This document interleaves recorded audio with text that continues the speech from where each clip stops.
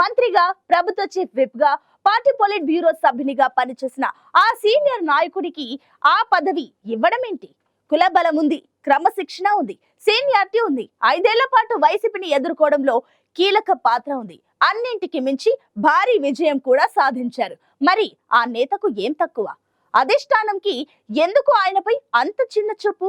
చంద్రబాబుకు నమ్మిన బంటుకు స్థాయిని తగ్గించే పదవి ఇవ్వడం అవసరమా?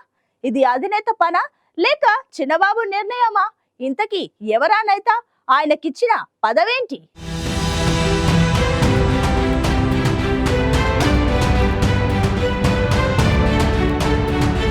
కూటమి ప్రభుత్వం అధికారంలోకి వచ్చిన తర్వాత ఎంతో మంది ఎమ్మెల్యేలు మంత్రి పదవులపై కలలు కన్నారు. కానీ అందరి అంచనాలను తల్లకిందులు చేస్తూ మంత్రివర్గ కూర్పు జరిగింది. ఇక మంత్రి పదవి రాకపోతే పోయింది, కనీసం ప్రభుత్వ చీఫ్ విప్ పదవుల్లోనైనా తమకు ప్రాధాన్యం దక్కుతుందని ఆశలు పెట్టుకున్నారు. వాటి కోసం ఎంతో ఆశగా చూస్తున్న ఎమ్మెల్యేలు, ఎమ్మెల్సీల ఎదురుచూపులకు తెరపడింది. శాసనసభ, శాసనమండలి చీఫ్ విప్లు ప్రభుత్వం ప్రకటించింది. రికార్డు స్థాయిలో 20 మందికి అవకాశం కల్పించింది. గతంలో ఎన్నడూ లేని విధంగా శాసనసభలో చీఫ్ విప్ సహా విప్లుగా 16 మందిని, శాసన మండలిలో చీఫ్ విప్ సహా విప్లుగా 4గురిని ప్రభుత్వం నియమించింది. పదవులు వచ్చిన వారంతా హ్యాపీ, కానీ పదవులు రాని వారికి నిరాశ ఎదురైంది. అయితే ఈ పదవులు వచ్చిన వారిలో కొంతమందికి సరైన ప్రాధాన్యం దక్కలేదన్న విమర్శలు వినిపిస్తున్నాయి.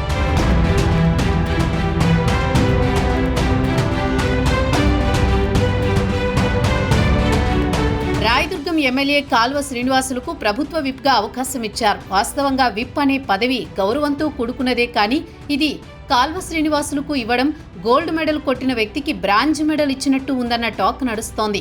ఎందుకంటే కాల్వ శ్రీనివాసులు పార్టీలో చాలా సీనియర్ నాయకుడు. ఏ విధంగా చెప్పాలన్నా అనంతపురం జిల్లాలో పార్టీకి పెద్దన్న లాంటి వారు. పైగా ఆయన రాజకీయ ప్రస్థానాన్ని చూసిన వారు ఎవరైనా సరే కాల్వకు విప్ ఇవ్వడం సరైంది కాదనే అభిప్రాయాన్ని వ్యక్తం చేస్తున్నారు. బుక్కరాయ సముద్రం మండలం కేకే అగ్రహారానికి చెందిన ఆయన జర్నలిస్టుగా ప్రస్థానాన్ని ప్రారంభించారు. పార్టీ పిలుపుతో 1999లో ఆయన టీడీపీలో చేరారు. అదే ఏడాది అనంతపురం ఎంపీ అభ్యర్థిగా టీడీపీ ప్రకటించింది. తొలి ప్రయత్నంలోనే పార్లమెంటులో అడుగుపెట్టారు కాల్వ.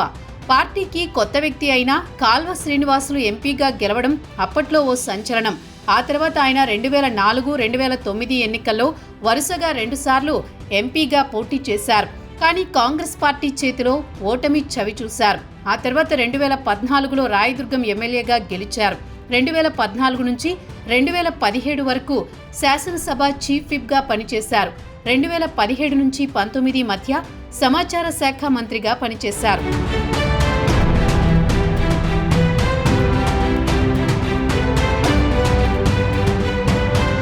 టీడీపీలో కాల్వ శ్రీనివాసులు చాలా కీలకమైన నేత. 2000 సంవత్సరం నుంచి 3 ఏళ్ల పాటు టీడీపీ జనరల్ సెక్రటరీగా ఉన్నారు కాల్వ. తర్వాత ఏడాది పాటు క్రమశిక్షణ కమిటీ సభ్యుడిగా వ్యవహరించారు.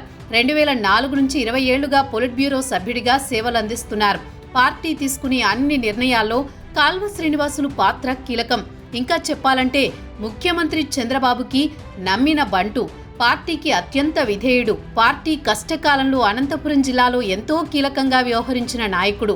ఉమ్మడి అనంతపురం జిల్లా టీడీపీ అధ్యక్షునిగా, ఆ తర్వాత అనంతపురం పార్లమెంట్ అధ్యక్షునిగా కీలక పాత్ర పోషించారు.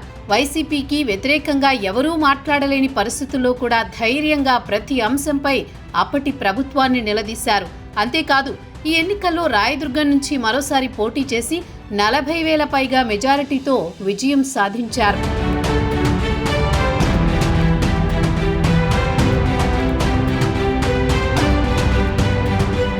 పార్టీకి, మరి ముఖ్యంగా జిల్లాలో టీడీపీకి పిల్లర్గా నిలబడిన కాల్వ శ్రీనివాసులకు ఈసారి మంచి పదవి వస్తుందని అంతా ఊహించారు. కేబినెట్లో కీలక శాఖ వస్తుందని, డిప్యూటీ సీఎం హోదా రావచ్చని, లేదు గత ప్రభుత్వంలో సజ్జల తరహాలో ప్రభుత్వ సలహాదారుగా అవకాశం వస్తుందని భావించారు. తీరా చూస్తే మంత్రివర్గ కూర్పులో ఆయనకు అవకాశమే దక్కలేదు. పోనీ స్పీకర్గా అవకాశం ఇస్తారేమోనని భావించారు. అదీ దక్కలేదు. ఆ తర్వాత కీలకమైన ఏ పదవుల్లోనూ కాల్వ శ్రీనివాసులకు అవకాశం రాలేదు. బలమైన బోయ సామాజిక వర్గానికి చెందిన కాల్వని కాదని కొత్తగా ఎమ్మెల్యేలుగా గెలిచిన కురుబ సవిత, సత్యకుమార్కు మంత్రివర్గంలో స్థానం కల్పించారు. ఇక పయ్యావుల కేశవ్కు మంత్రి పదవి రావడంపై ఎవరికీ ఆశ్చర్యం కానీ అభ్యంతరాలు కానీ లేవు. కానీ కాల్వని కాదని కొత్తగా గెలిచిన వారికి మంత్రి పదవి ఇవ్వడంలో సామాజిక వర్గ ఈక్వేషన్స్ ఉన్నాయని అంటున్నారు.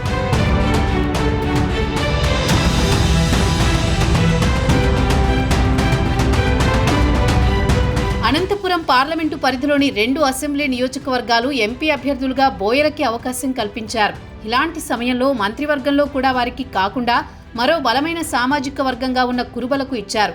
పోనీ మంత్రి పదవి అంటే ఇవ్వలేదు, గతంలో చీఫ్ విప్ పదవి ఇచ్చారు కదా, మరోసారి ఆ పదవి ఎందుకు ఇవ్వలేదన్న చర్చ మొదలైంది. మంత్రిగా చీఫ్ విప్గా పనిచేసిన వ్యక్తికి కేవలం విప్ పదవి ఇవ్వడం ఏంటన్న ప్రశ్న అందరిలో మొదలైంది. వాస్తవంగా చంద్రబాబు, కాల్వ శ్రీనివాసులకు చాలా ప్రాధాన్యం ఇస్తారు. చంద్రబాబు అరెస్టు సమయంలో కూడా కాల్వ ఆయన వెంట ఉన్నారు. అరెస్టును అడ్డుకోవడం దగ్గర నుంచి జైలుకెళ్లే చివరి క్షణం దాకా అధినేత వెంట ఉండి అన్ని వ్యవహారాలు చూశారు. అలాంటి వ్యక్తికి తగిన ప్రాధాన్యం ఎందుకు ఇవ్వలేదన్న చర్చ మొదలైంది.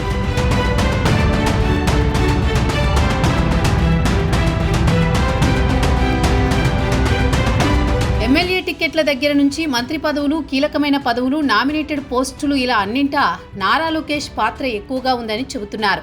ఆయన సూచించిన వారికే పదవులు వస్తున్నాయని, ఈ క్రమంలో చాలా మంది సీనియర్లకు అన్యాయం జరుగుతోందన్న అభిప్రాయం పార్టీలో ఉంది. ఇలా అన్యాయం జరిగిన జాబితాలో కాల్వ శ్రీనివాసులు కూడా చేరిపోయారు. వాస్తవంగా మంత్రివర్గాన్ని ప్రకటించినప్పటి నుంచి కాల్వ శ్రీనివాసులు సైలెంట్ అయ్యారు. పూర్తిగా నియోజకవర్గానికే పరిమితమయ్యారు. గతంలో జిల్లా, రాష్ట్ర రాజకీయాల గురించి మాట్లాడిన కాల్వ ఇప్పుడు ఆయన పని తప్ప మరొకటి పట్టించుకోవడం లేదు.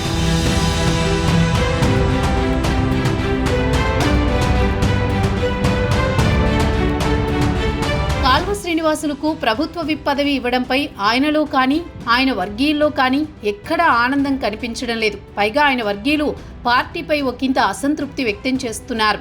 మంది ఎక్కువైతే మజ్జిగ పలుచనైనట్టు పార్టీలో ఎక్కువ మంది గెలిచేసరికి కాల్వ శ్రీనివాసులు లాంటి వారికి అన్యాయమే జరుగుతుందన్న అభిప్రాయం వ్యక్తమవుతోంది.